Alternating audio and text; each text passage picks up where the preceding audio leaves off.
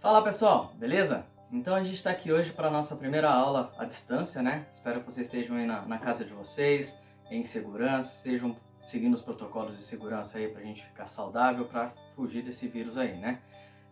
Tô com muita saudade de vocês, né?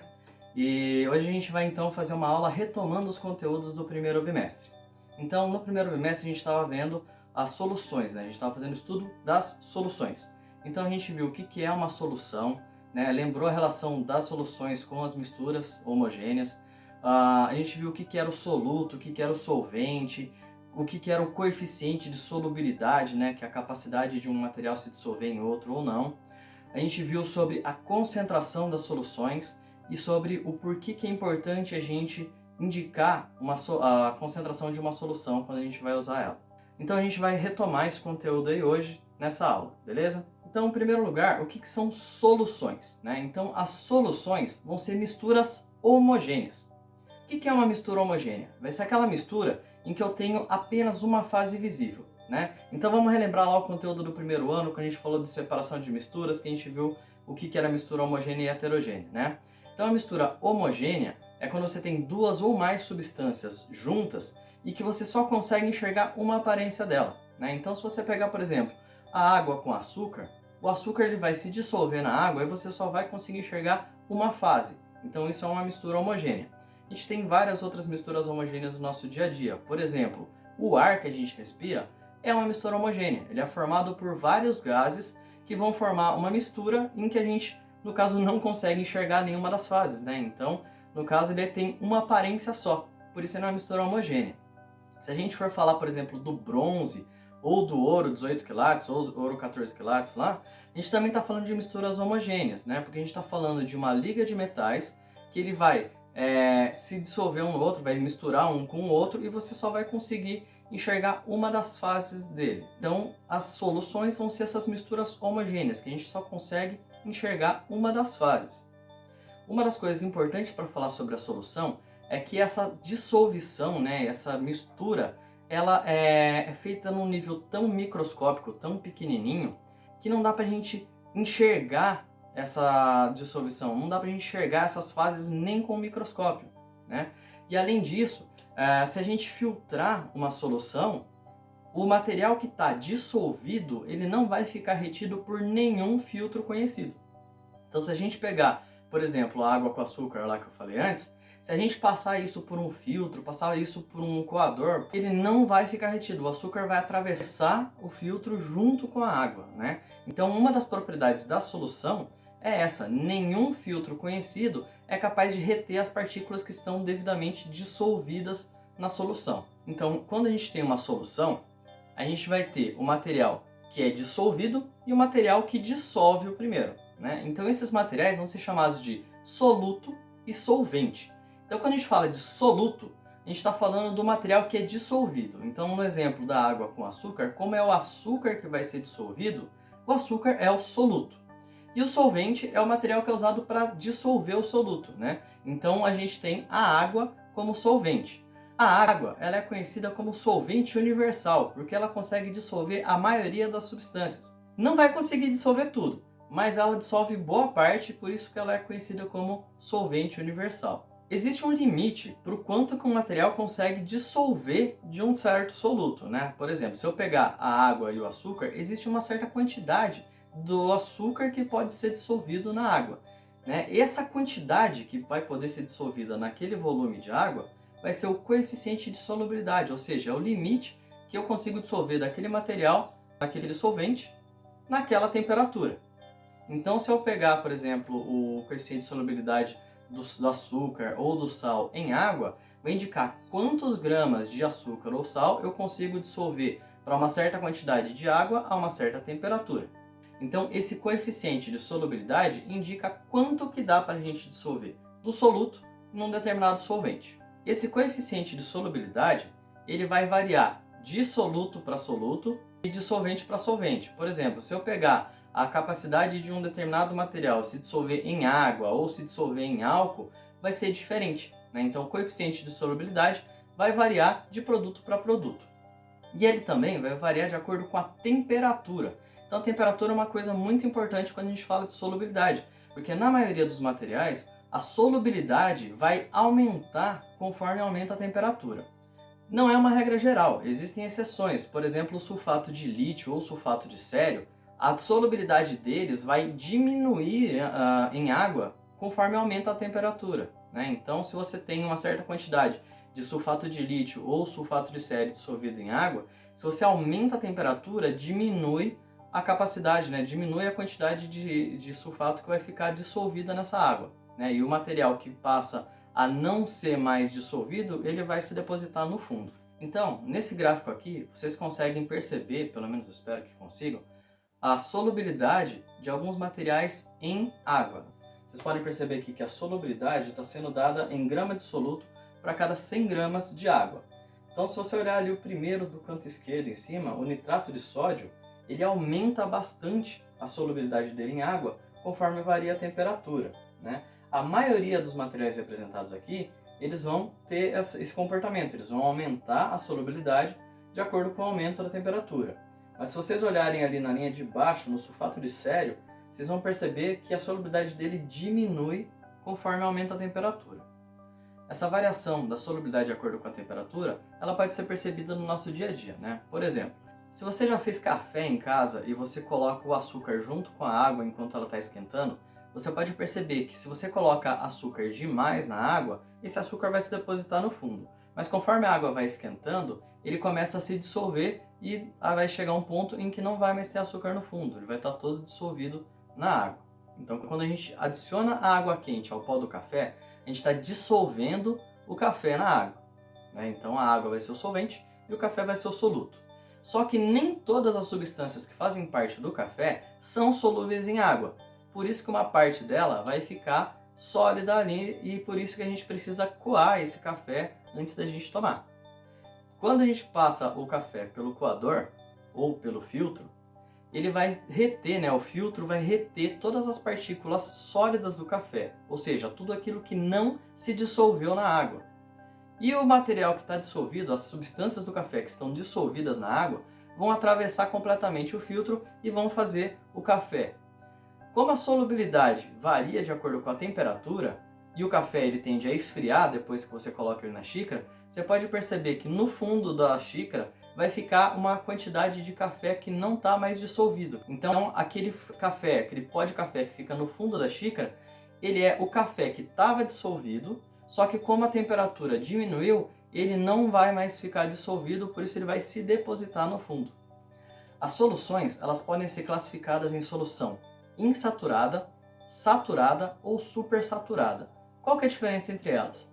A solução insaturada é aquela que tem uma quantidade pequena de soluto e que cabe mais soluto, ela pode dissolver mais quantidade de soluto. Por exemplo, se eu pegar uma amostra de 100 gramas de água a 20 graus Celsius, ela consegue dissolver cerca de 35 gramas de sal. Se eu colocar menos do que esses 35 gramas de sal em 100 gramas de água a 20 graus Celsius, ela vai dissolver completamente esse sal, e se eu colocar mais um pouco de sal, ela ainda vai conseguir dissolver uma certa quantidade. Então esse tipo de solução vai ser chamada de solução insaturada. É aquela que cabe mais, ela ainda não está completa. A solução saturada, ela já vai ser aquela que está no limite, né? No mesmo exemplo, se eu pegar esses 100 gramas de água a 20 graus Celsius, se ela consegue dissolver 35 gramas de sal, se eu colocar exatamente os 35 gramas de sal, nem um pouco a mais, nem um pouco a menos, ela vai dissolver completamente aquilo ali, só que não cabe mais nada. Se eu soltar mais um grãozinho, um cristalzinho de sal, esse cristalzinho a mais do que o limite ali, vai diretamente para o fundo, vai se depositar no fundo. Se depositar algum material no fundo da solução, então a gente tem uma solução supersaturada, ou seja, a solução extrapolou o limite, ela ultrapassou o limite do quanto ela conseguia dissolver, e o material que ultrapassou esse limite vai ficar depositado no fundo. Como que a gente consegue fazer uma solução saturada? Então, como a gente não consegue saber com precisão qual que é o valor que a gente consegue colocar daquele soluto, naquele solvente, antes de começar a depositar material no fundo, então para a gente construir uma solução saturada, a gente precisa primeiro fazer uma solução supersaturada. Então, por exemplo, se eu quiser fazer uma solução saturada de sal, como que eu vou fazer? Vou pegar uma certa quantidade de água e eu vou acrescentar o sal até começar a se depositar o sal no fundo. Então eu vou pegar um recipiente com água e vou adicionando o sal e vou mexendo e dissolvendo o máximo que eu puder. No momento em que eu não conseguir dissolver mais o sal, que todo o sal que eu estou acrescentando está indo direto para o fundo e não está se dissolvendo mais, aí eu tenho uma solução supersaturada. Eu vou pegar essa solução supersaturada e vou passar ela por um filtro. Lembra que eu falei lá no começo que numa solução o material dissolvido não vai ficar preso em filtro nenhum? Então, a gente vai usar essa propriedade para a gente pegar uma solução saturada. Então eu vou pegar essa solução supersaturada de água com sal e eu vou filtrar. O excesso de sal, o que fazia dessa solução supersaturada, vai ficar retido no filtro.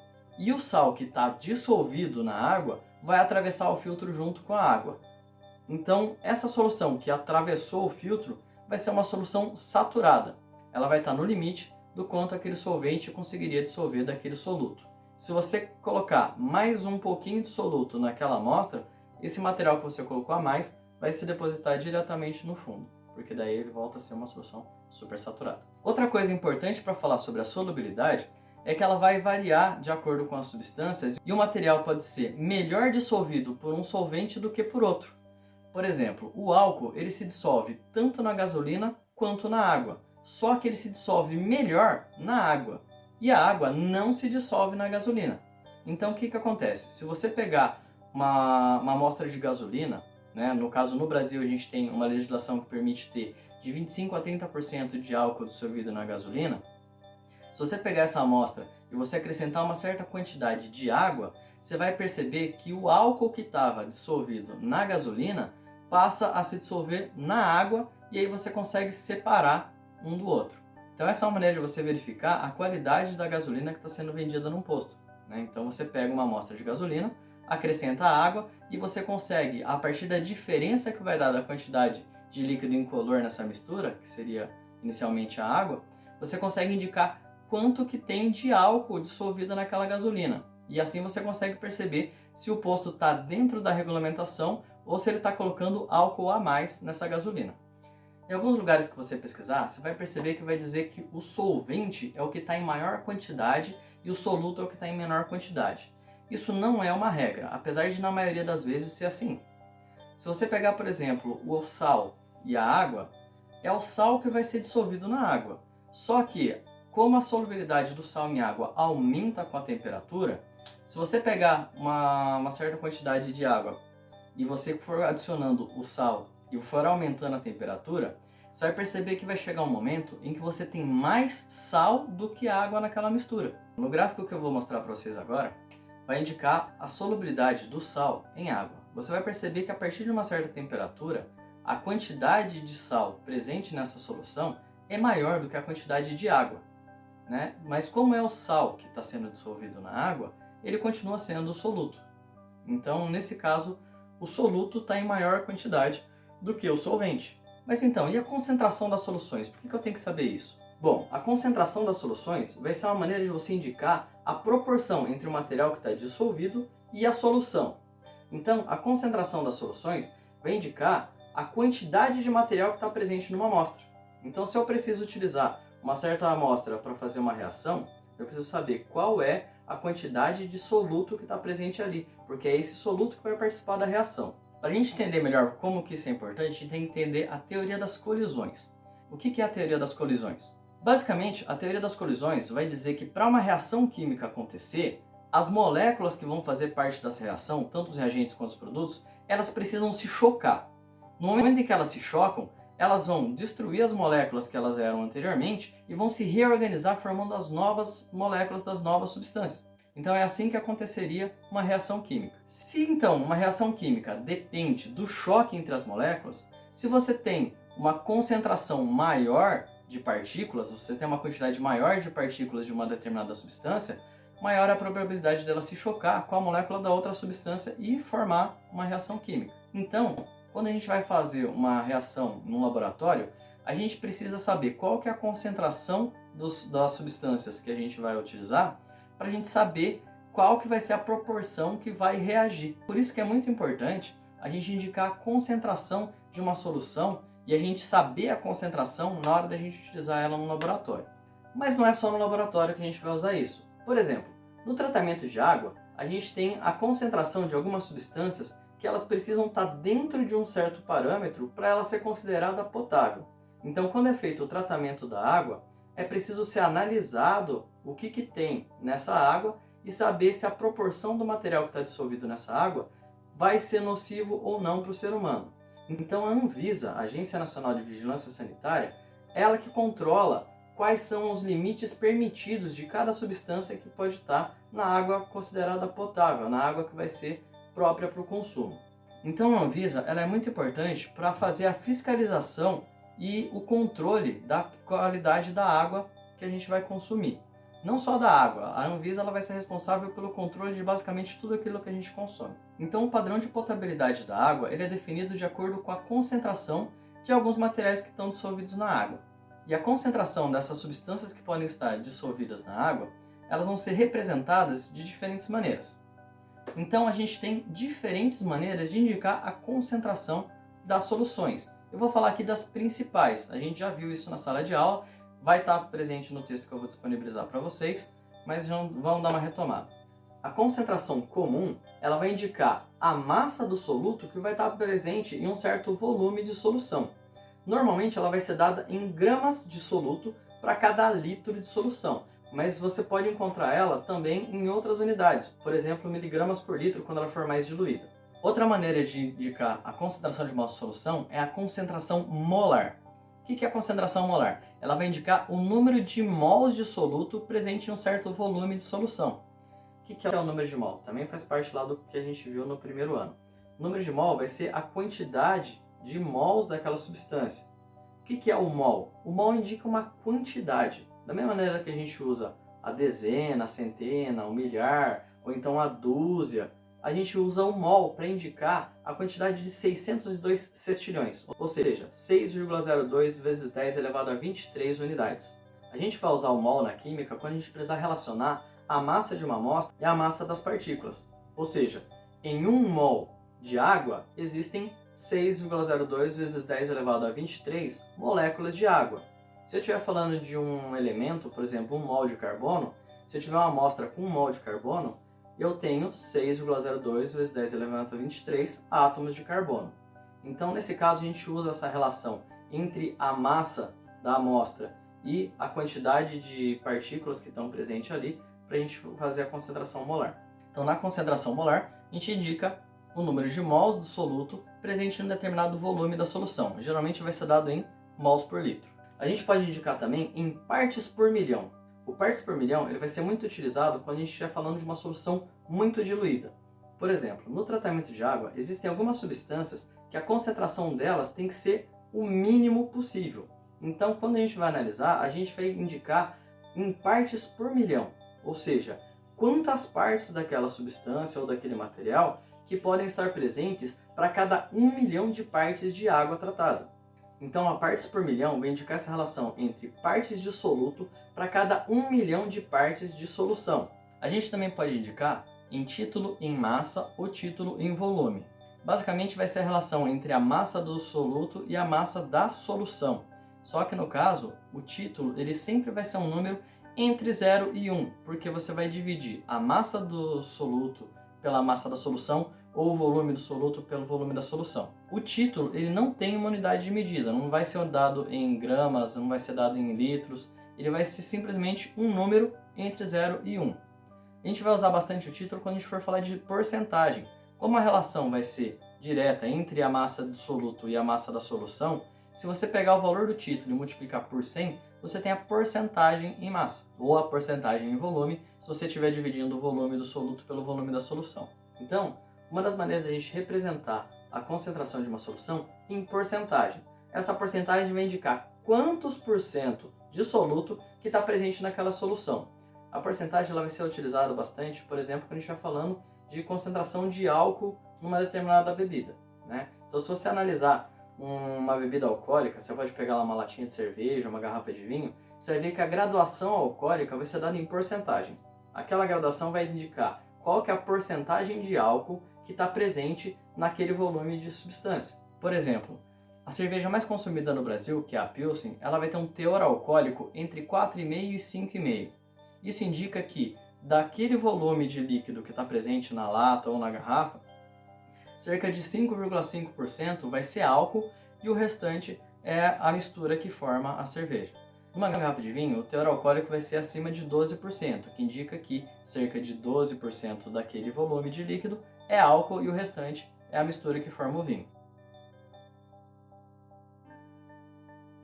Bom, então a gente já entendeu que solução vai ser uma mistura homogênea em que o material, que vai ser o soluto, vai ser dissolvido em outro material, que vai ser o solvente, e que essa solubilidade, ou seja, a quantidade de soluto que pode ser dissolvida num solvente, vai ser dada pelo coeficiente de solubilidade, e que esse coeficiente de solubilidade varia de acordo com a temperatura. A gente viu também que a concentração das soluções indica a proporção entre o soluto e a quantidade de solução. Pessoal, espero que vocês tenham gostado da aula. Eu vou deixar na descrição do vídeo algumas indicações de textos e de vídeos falando sobre o tema.